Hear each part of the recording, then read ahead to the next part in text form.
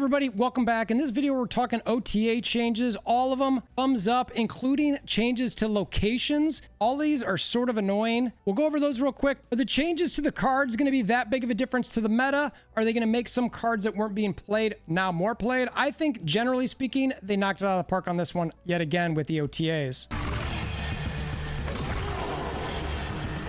Before we get to the OTAs, less than 24 hours. I'd say 12 if you want to be safe to get the giveaway. Check the link in the description below if you want to do that. We're giving away free spoonful of sugar bundles, so make sure to check that out. If we get another 900 or so views on that video, we're going to give one more away. We're almost there. So we got this update today just before 5 o'clock Eastern. 4 characters, 2 buffs, 2 nerfs, and we've got some location changes as far as how frequently they are going to show up, which... golf clap to that one. First up, we've got Drax the Destroyer. The long and short of this one is instead of 4-5, he's a 4-6. He's still got the maximum ceiling on his power of an 8, but this time you're guaranteed 6 instead of just the 5. So it's only a +2 if you nail the on reveal. Their comments here are basically that the Guardians aren't performing well, which I played them quite a bit after Nebula, and I absolutely agree. I did one of these OTA videos a few weeks ago, which I think they should adjust and just straight up change Groot a little bit to limit location play. So that way it can sort of dictate to 2 locations, which help you predict with the Guardians. But we'll see if we ever get anything like that for that sort of archetype. Next up is Rockslide. This one we talked about last week. It's exactly what should have been done with this character. It got lowered from a 4-6 to 4-5. They talk here about Darkhawk and how it's one of the 10 winningest cards in game. This is sort of a side approach to sort of nerf that card a little bit. I think Rockslide made a lot of sense to adjust, given that he can give Darkhawk 4 additional power whenever played. Enchantress, again, said this one before. 4-6 was too much of a buff. They've lowered it to 4-5. Easy peasy. I think this is a smart move. Nothing to add here. I still think you're going to see her just as much as you did before. She's just not going to be quite as strong. The one that I think I love the most here is Venom. They've upped his power from a 3-1 to a 3-3.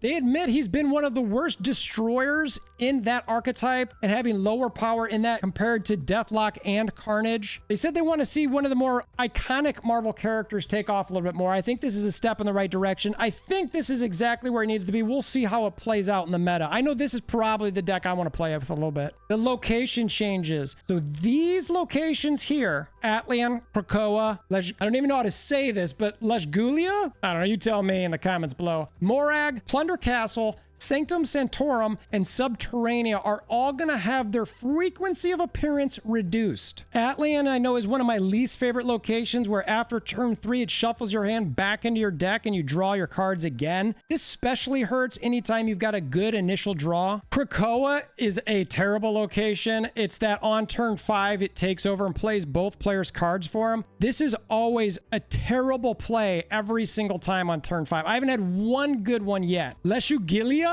or however you say it. That's the one where it plays 3 rocks into your hand anytime you play there. Again, not a fun one. Morag, I actually didn't despise that much. I found that one pretty interesting because you can still play there, but you just got to play in a different location first. But regardless, it makes it so it's a little bit less frequent. Plunder Castle, you only can play cards that are 6 cost at this location. I actually like this quite a bit because there's some times where I won't be able to play cards here, even though they're 6 if they drop an energy. I'm actually confused on some of that a little bit because sometimes I can play something that's a 6 in a location if it drops energy. Sometimes I can't. Sometimes I can play something that's reducing costs in a 1 location because it's originally 3. I don't get it, but either way, I'm happy to see this less often. Sanctum Sanctorum. Cards cannot be played here. Another one that's semi-annoying, but this is similar to Morag for me. I don't mind it because sometimes you do have cards in your deck that can make it so that you can play in locations like this, like Doom. Subterranea. Definitely one that I do not mind not seeing. So between this one and Leshgulia, whatever. That's another little nerf to Darkhawk as well because that's less rocks in people's decks. The next part here is fairly important. They note that this is the second to last week of their OTA trial period. Given that this is a trial period, I do want to say that I think they've done a really good job with it. They had a couple small misses, but I think they've quickly fixed those. So I think in general, this is a great tool for them to use. They talk about the final May OTA coming on the 25th, given that there's the patch next week. And don't forget, series drops, so don't be opening those boxes. I've only got one, but I promise you, once I get ready with all these credits, I've only got 2,000. But I'm going to be using those after that drop. That way I don't pull a Series 4 when I don't want one that's about to drop to Series 3. They confirm that they do want to continue doing regular OTA balance updates. They say just at longer intervals between changes. That was one of the things that I was a little worried about when they first started talking about this. It seemed like every week would be a lot of changes too quickly for some players. But I think the flexibility in them adjusting this and having them on a regular basis is generally really good. And I do like that they're going to continue to do these in the future. I've thrown Venom into a Kang Deathwave deck that I've got. I'm going to play a couple games, see if it feels a little different,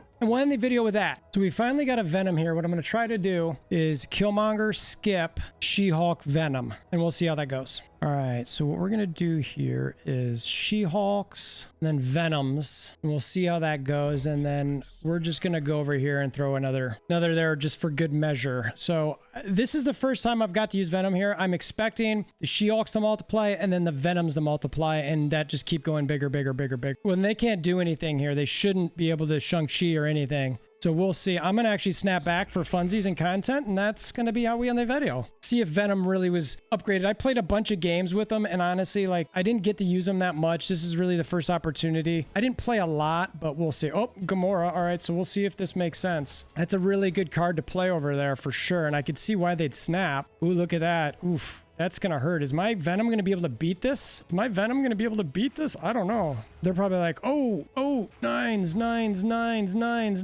I should get a Venom that eats them all. And then I get all of these Venoms that are this size. And each one of them is going to eat another 30. So it's like 60. Doink. 90. 120. So that, I mean, look, was that the 3? Was that the buff out of it? No, not necessarily, but it was just a good fun play. So, you know, that's it. Good play, fun. They had a great play. Venom made it a little bit better. Did those 2 points make a difference in the 120? No, not necessarily. But let me know what your thoughts are on the OTA changes. Again, we're going to be continuing to... Oh, look at this guy. This guy's all... He's all... Look at him. You want to say hi? Say hi. Hi. There you go. He's got pine cones and all kinds of stuff in his hair. So anyway, so appreciate you guys stopping by. If you want to hammer down that like button, share with your aunts, uncles, nieces, nephews, appreciate it. And until next time, hope you have a wonderful day.